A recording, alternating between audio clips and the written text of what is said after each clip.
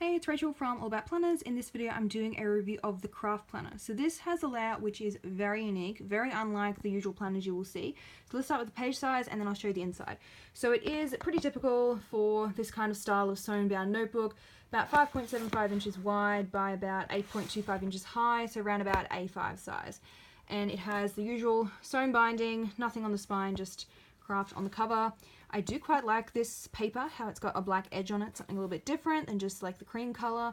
It's about, I'd say 1.5 centimeters thick, and you do get an elastic band if you want to use that to close it. I've just taken it off for the purpose of filming this video. One other thing I should point out, along with the planner, they do send you this little sheet of stickers as well, just a little add-on. Okay, so let's have a look. So the brand that created this is called Cobbery, if you wanted to go and look it up. Now, we do have the usual info page, and then we go into what they suggest using it for, along with some examples. So this was the main reason that I wanted this. I really like this time frame thing, kind of like a Gantt chart format, which is what I tend to do when I'm like forecasting for the year and mapping out projects, etc. So I like that this one has it built in. And then this is what I was talking about with the very different layout. So instead of just a generic vertical, horizontal, etc., it has an open-ended layout that you choose how you use. If you want like more space on Wednesday, go ahead. You can put a line here and split up, Wednesday, Thursday can have a bigger box. Up to you. This is probably a better example of what I was talking about. So you basically decide how much room you need for each day. At the front here are the monthly calendars. Everything is undated, by the way, so start and stop using it whenever you like.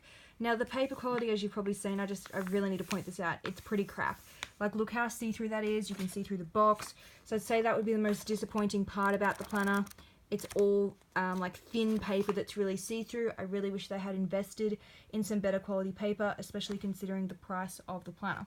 So it starts with January, and then you've got the 12 months all clustered together, which I do like because then you can just have one bookmark, flagging the monthly. You do get those built in, by the way, and then one flagging your weekly rather than it sort of being disjointed. I've never really understood why planners will cluster the months at the front and then weeks behind and then repeat. I just like having it all together and then the weeks all together. Anyway, getting a bit sidetracked. So this was the magical page that I basically brought this planner for. Love, love, love it. Kind of similar to like a bill tracker layout where you've got, well, this one they call it week, but I mean normally you'd have like 1 to 12 for the months of the year.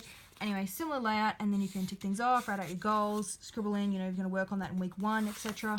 Really, really like these pages. And there's lots and lots of lines to write. Keeps going all the way through to 52 weeks of the year. And then this is that weekly spread I was talking about. So while it does have like boxes to indicate for each day, there's no days pre-printed or anything. So if you wanted to, you could divide up and go, okay, Saturday and Sunday share this box, and then down the bottom here is like my notes or my steps involved for my project, etc. So I'm pretty keen to try this planner out. So you get week 2 up the top, so no tabs, but you can find it that way with the bold letters, and then each page belonging to that week also has it just in a smaller font size. So 4 pages per week, and then the next one starts again. So yeah, same layout continued throughout, open-ended. I'm not too sure about the grid writing space. I do like it because I don't have to draw check boxes. However, I do find it is also busy when you're writing over the top in pen, hence why I tend to go for dot grid. So maybe I will be persuaded to like graph paper a bit better after using this planner.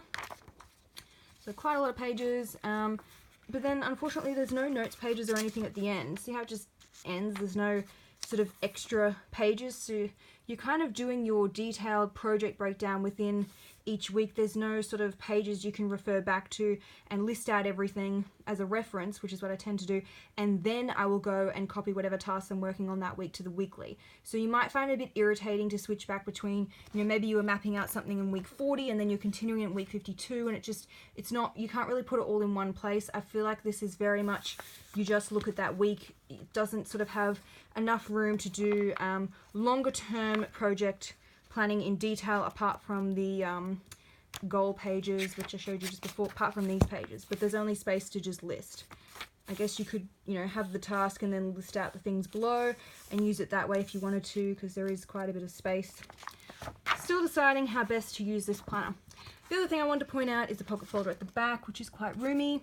and then the back cover is just the same as the front. So unlike most dot grid notebooks, this material feels quite like fabricy, and as you can see, it is really attracting like dust and just everything. So a little bit annoyed about that. I'd rather just like a smooth cover. See, look, dust. Oh, so annoying.